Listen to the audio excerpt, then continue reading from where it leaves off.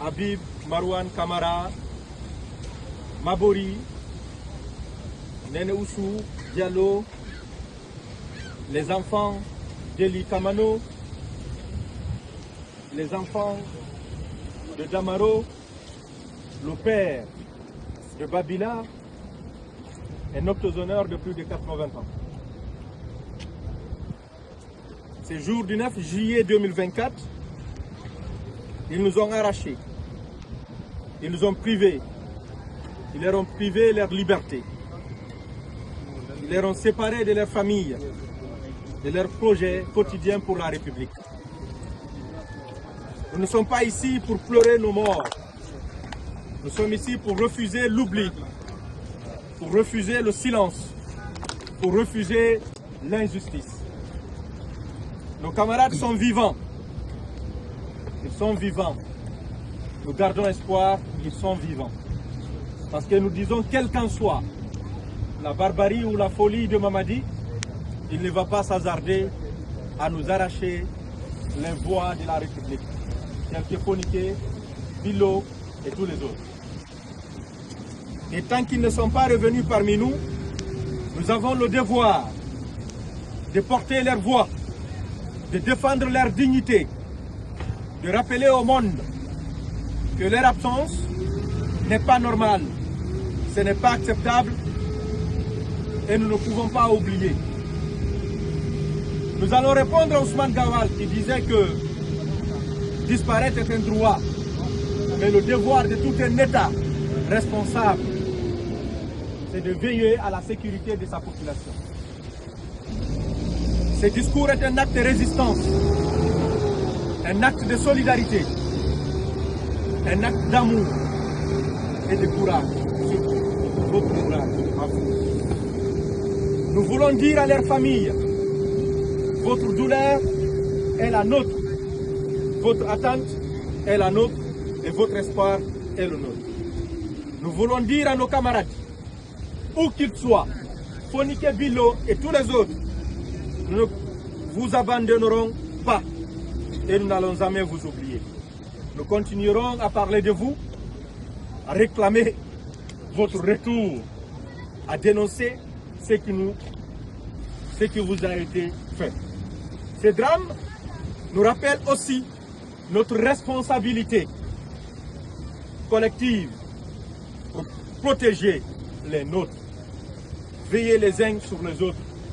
J'aime tout le temps rappeler, si les États-Unis ne se font pas attaquer par la Russie, c'est parce qu'il y a un rapport de force. C'est parce que la Russie est armée et les États-Unis, eux aussi, ils sont armés. Si les États-Unis n'attaquent pas la Chine, c'est parce que la Chine est armée. J'aime rappeler cela. Si les Fonike et Bilo et tous les autres, et le bas peuple guinéen étaient aussi armés, comme ces bandits qui sont à la tête de notre République, ils n'allaient jamais, je dis bien jamais, oser kidnapper des gens. Vous savez, ici au Canada, ils ne peuvent pas venir faire ce qu'ils veulent. Parce qu'ils savent qu'ici, nous sommes armés de droits, nous sommes armés de liberté. Et nous sommes armés de cette protection de cette République. Et en Guinée, ce n'est plus une République, c'est une prison à ciel ouvert.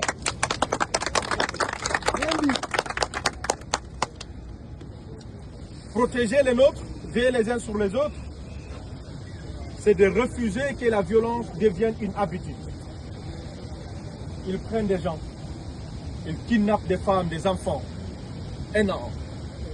Demain, ce sera le tour d'un frère, d'une soeur, d'une tante ou d'un oncle. Peut-être que ce sera votre tour à vous. Je ne le souhaite pas. Salut. Salut. C'est de refuser que la paix devienne une norme. Nous n'allons pas, nous n'allons pas céder à la peur, nous allons nous battre. Nous allons nous battre. Il ne faut jamais perdre espoir. Aujourd'hui, nous honorons leur mémoire, non pas comme des disparus, mais comme des absents injustement retenus, des frères que nous voulons revoir, des camarades dont la place parmi nous reste vide, mais jamais effacée. C'est pour cela que nous les portons ici. Fonike, Bilo, Habib, Aliouba et tous les autres. Que ce moment nous donne la force de continuer le combat pour leur liberté, pour que le peuple de Guinée soit enfin libre. Que ce rassemblement soit un message clair. Nous attendons leur retour. Nous exigeons leur retour. Nous ne voulons pas célébrer des héros après leur mort. Applaudissez! Nous voulons célébrer Bilo. Nous voulons célébrer Fonike. Pas en étant sous 6 pieds sur terre. Nous voulons les célébrer en leur vivant. Est-ce que vous êtes d'accord? Oui! Est-ce que vous êtes d'accord? Oui! Est-ce que vous êtes d'accord? Oui! Nous espérons leur retour, nous exigeons leur retour. Et je vais vous dire, il y a beaucoup de Guinéens qui ne veulent pas respecter la devise guinéenne. Et si je pose la question sur la devise, est-ce que vous pouvez répondre? Oui. Travail, justice, solidarité. Travail, justice, solidarité. Pourquoi est-ce qu'il y a des Guinéens qui veulent qu'on se solidarise sans justice? Pourquoi est-ce qu'ils veulent qu'on se solidarise sans travail? Impossible. Négatif. Je ne serais pas surpris après 50 ans de voir certains parmi vous aussi demander que Lauriane Doumbouya repose en paix. D'une manière ou d'une autre, Lauriane est complice des actes de ce qui se passe dans ce pays. Des femmes. Habib a une femme. Fonike a une femme. Pourquoi est-ce que Lauriane ne dit pas tout simplement à Mamadi, libère ces jeunes-là? Pourquoi elle ne le fait pas? Pourquoi elle n'existe pas? Pourquoi elle ne le fait pas? Elle est complice.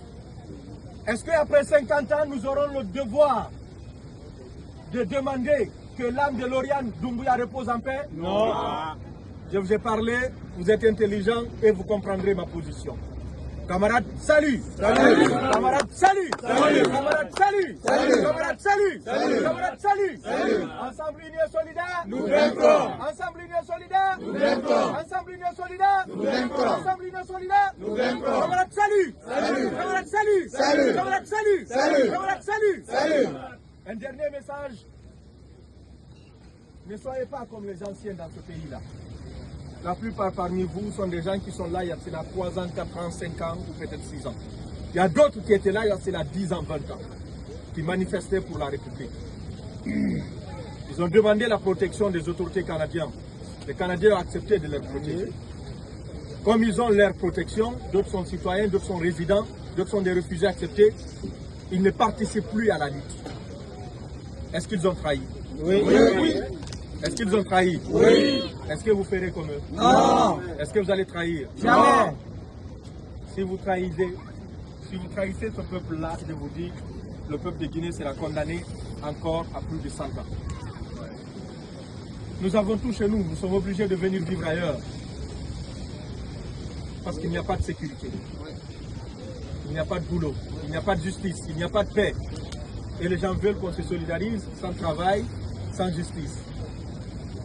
Je ne peux pas rigoler avec Doumbouya. Et pourtant, je sais que c'est Doumbouya qui est responsable du kidnapping de Fonike, de Bilo. Est-ce que c'est normal? Non. Moussa Moïse, le ministre de Doumbouya, il est complice de ce kidnapping. Qui ne dit mot? Consent. Qui ne dit mot? Consent. Il est complice.